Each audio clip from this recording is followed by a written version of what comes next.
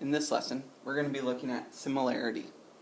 Our objectives: understand similarity, understand how to find missing side using similarity and proportions.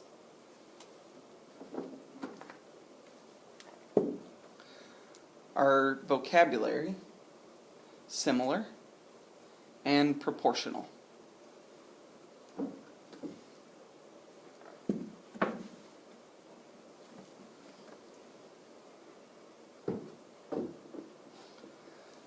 So what we have with similarity is we need angle, angle, angle. This is for triangles, that is.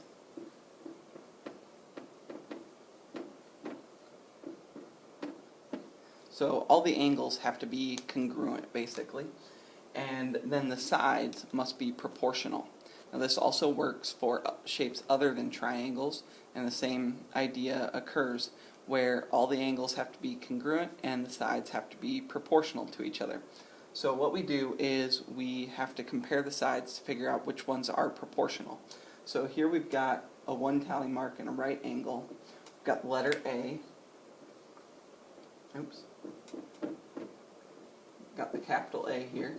And it must be proportional with the exact same side. So the one that's between the 1 tally mark and the right angle. So here's 1 tally mark, here's the right angle, so it's got to be proportional to A.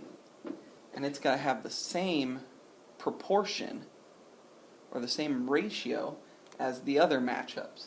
So here we have a right angle and 2 is B, and we have a right angle and 2 is lowercase b.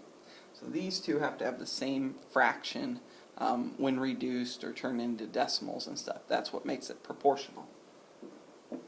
And the last one would then be C over C. So capital C over little c. Okay, so these have to be equal to each other to make it proportional. So now we're going to actually do that mathematically.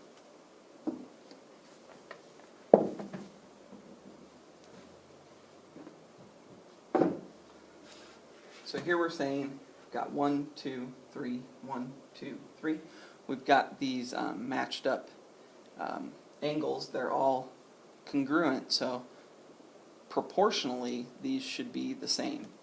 So what we can do is the one between 1 and 3, we're going to have 10 over 4 has to equal, well, the 9 is on the same one as 10, so that's got to be on the top. And it's got to equal 1 and 2, 1 and 2, the B.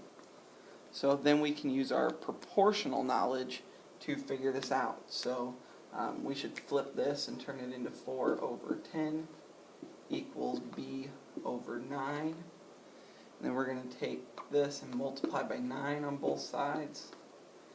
That's going to give us 36 over 10 equals B. So we reduce that, we can turn it into a decimal.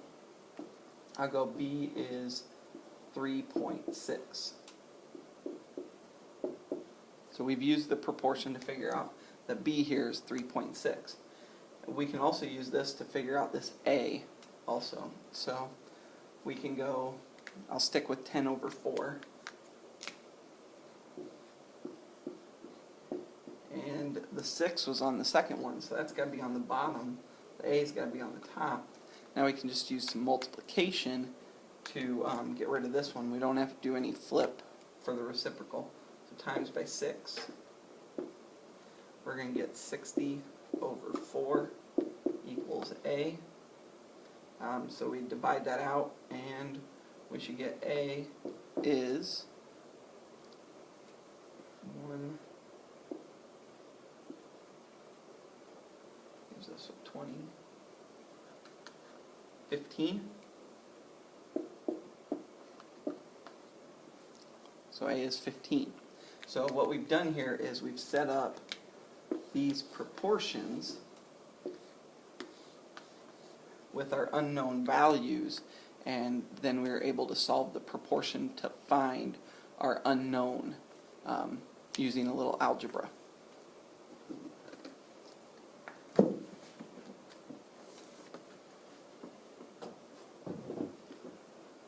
One thing I want to point out is if this works with triangles, then it would also work with other polygons, such as, say, we have two trapezoids where all the angles are congruent. Then it would just take a little proportional work to figure out how long each of the sides are, given the way that it's set up. And then this would work for any other polygons also. So we just need to understand our proportional math. Alright, if there's any part of this that you didn't understand or you need to see again, make sure you pause, rewind, and rewatch, and bring any questions to class. Thank you.